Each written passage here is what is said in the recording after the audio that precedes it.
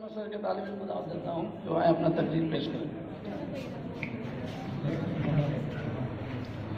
Stage پر تشریف فرما میر کاررواں اور معزز اساتذہ کرام اور میرے بھائیوں، السلام علیکم ورحمۃ اللہ وبرکاتہ۔ اتریں گے کس حلق سے یہ دل خراش گھونٹ، اتریں گے کس حلق سے یہ دل خراش گھونٹ، کس کو پیام دوں کہ میرے ساتھ آ کے پی۔ ہندوستان امن و تہذیب کا گہوارہ رہا ہے اور ہے۔ یہاں پر زندگی بڑی خوش تھی، نہ خوف تھا، نہ ڈر تھا، نہ دہشت تھی، نہ وحشت تھی، نہ ہیبت تھی۔ یہاں کی کھیتیاں سونے اگلتی تھی، زمینیں معدنیات کا خزانہ تھی۔ لیکن ایک قوم آئی اور انہوں نے اپنا پنجہ جمانا شروع کیا۔ یہاں کی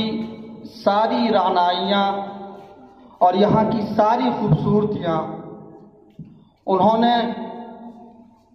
تمام پھولوں کو جو یہاں کھل رہے تھے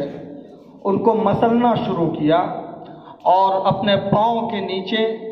اس کو کچلنا شروع کیا۔ دیکھتے ہی دیکھتے اس کی تمام تر رعنائیاں ختم ہو گئی اور یہاں کی قوم اس کے پنجے کی جکڑ میں آ گئی اور وہ بے حس اور لاچار اور مجبور ہو گئی۔ لیکن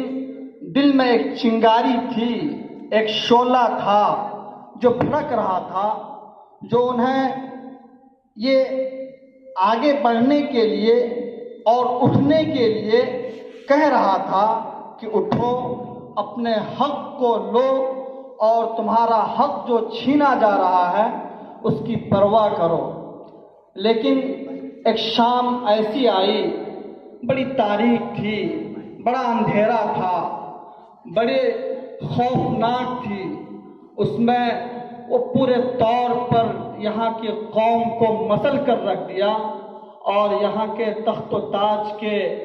نشیمن بن بیٹھے اور یہاں کے مالک بن بیٹھے۔ پھر انہوں نے ایسا ظلم ڈھایا، لیکن وہیں پر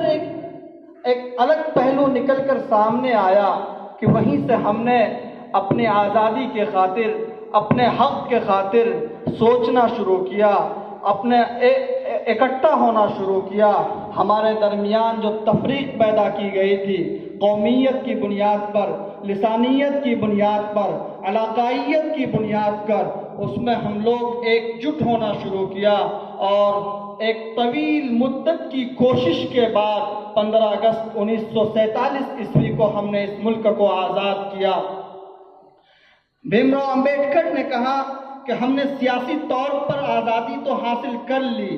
لیکن معاشی طور پر، اقتصادی طور پر اور سماجی طور پر ابھی آزادی حاصل نہیں کی ہے۔ اس کو حاصل کرنے کے لیے ہم لوگوں کو کوشش کرنی ہے۔ 1955 عیسوی میں پنڈت جواہر لال نہرو نے 15 اگست کے اسپیچ میں انہوں نے کہا تھا کہ ہم کو سیاسی آزادی حاصل تو ہو گئی ہے، لیکن ابھی بھی ہم اقتصادی آزادی میں اور سماجی آزادی میں پیچھے ہیں اور ان کو حاصل کرنے کی کوشش کر رہے ہیں۔ مولانا ابوالکلام آزاد علیہ الرحمہ جب آزادی کا جشن منایا جا رہا تھا اور سارے لوگ پارلیمنٹ میں مسرت اور شادمانی کا گن گا رہے تھے، وہ اکیلے شخص تھے، منفرد اور تنہا شخص تھے، جو ایک کونے میں بیٹھ کر تنہا اس بات پر غور فرما رہے تھے اور غور کر رہے تھے، آنکھوں سے آنسو جاری تھا اور اب زبان حال سے کہہ رہے تھے کہ یہاں کی قوم اگر تقسیم نہ ہوتی تو یہاں کی صورت کچھ اور ہوتی اور یہاں کا جو ہم لوگوں نے جو خواب دیکھا تھا اس خواب کی تعبیر کچھ اور ہوتی۔ خیر، ہم نے آزادی حاصل کی اور ہم کو آزادی کی ایک نیلم پری یعنی جمہوریت حاصل ہوئی اور ہم نے ملک کو جمہوری بنایا، لیکن افسوس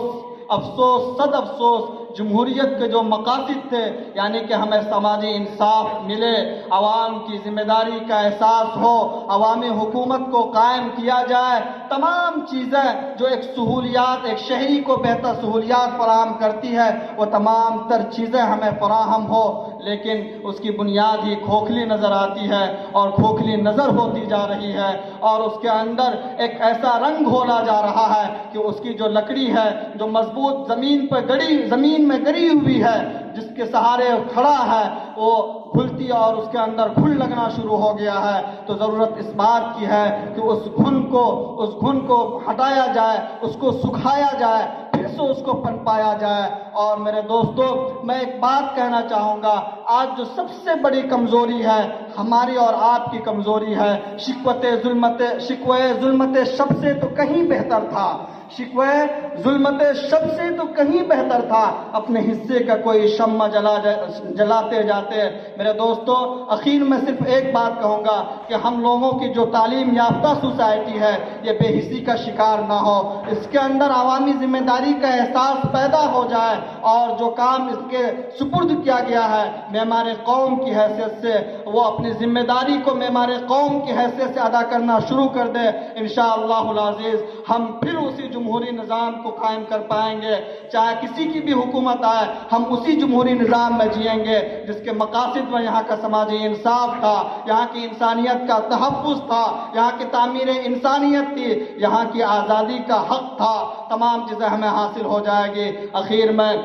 ایک شعر کے ساتھ رخصت ہوا چاہوں گا کہ سیرت نہیں تو آرزو رخسار سب غلط، سیرت نہیں تو آرزو رخسار سب غلط، خوشبو اڑی تو فقط رنگ رہ گیا، وآخر دعوانا الحمدللہ رب العالمین۔ شکریہ بھائی عزیز۔